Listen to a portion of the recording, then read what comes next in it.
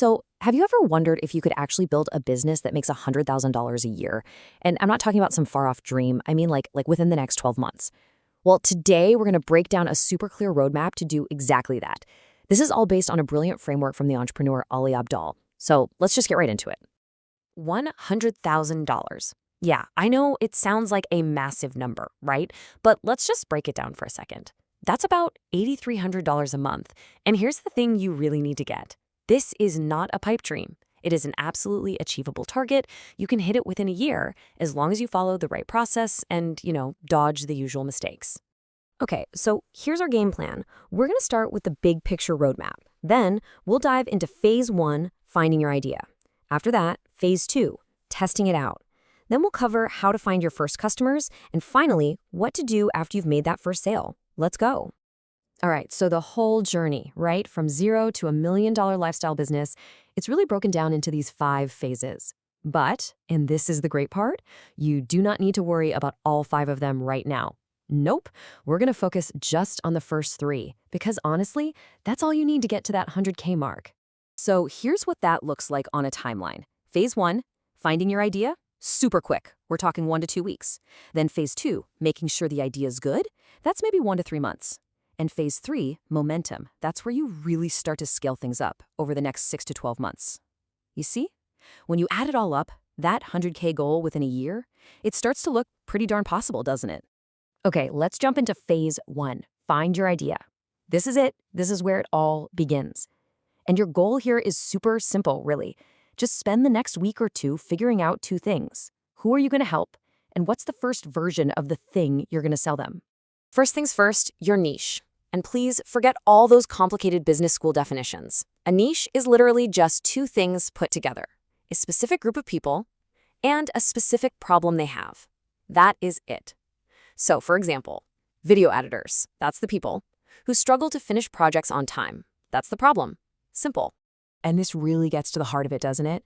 You only make money if you solve problems for someone else who's willing to pay. This is like the #1 rule of business. Your whole focus should be on finding a problem that someone will actually pay you to make go away. So what's the big takeaway? Problem first, always. So how do you actually find this niche? Well, you start with what are called your craft skills. Basically, what does your boss pay you to do? Or what problems have you already figured out how to solve in your own life? Start there. Then just brainstorm a huge list, like 15 or 20 potential niches. You go really wide at first, then you narrow it down. And trust me, the best idea will just emerge. Now, this brings us to a really, really important point, the difference between an offer and a product. And get this, people don't actually buy the product, the stuff. They buy the offer. It's the promise, the packaging. Think about a book. You buy it because of the cover and the title, right? That's the offer. The actual words inside, that's the product. So the key here is, do not build the product until you know people actually want the offer. So how do you build a killer offer? Well, you can use this simple framework called the 6 Ps. You start by defining the person and their problem. Then you make a really compelling promise about the result you'll get them. You outline the plan for how you'll do it, and only then do you figure out the product and the price. See how that works? It forces you to focus on what the customer actually cares about, which is the transformation.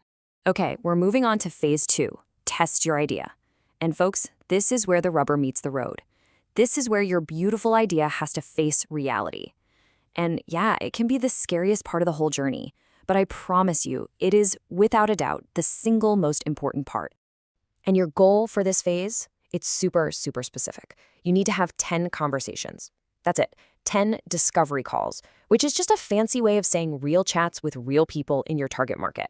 And you're not even trying to sell. You're just there to listen, to learn, and to see if your ideas are actually right. You know that old military saying, no plan survives first contact with the enemy? Well, the business version is this: no offer survives first contact with the market. You can sit around and brainstorm the perfect offer all day long, but I guarantee you the second you put it in front of a real human, it will change. And that's not a bad thing. That's not a failure. That's the whole point of this phase. And look, to make these conversations a little less intimidating, you can kind of frame them in 3 different ways. You can just ask for market research. That takes all the pressure off. Or you could offer a free coaching call to give some value up front.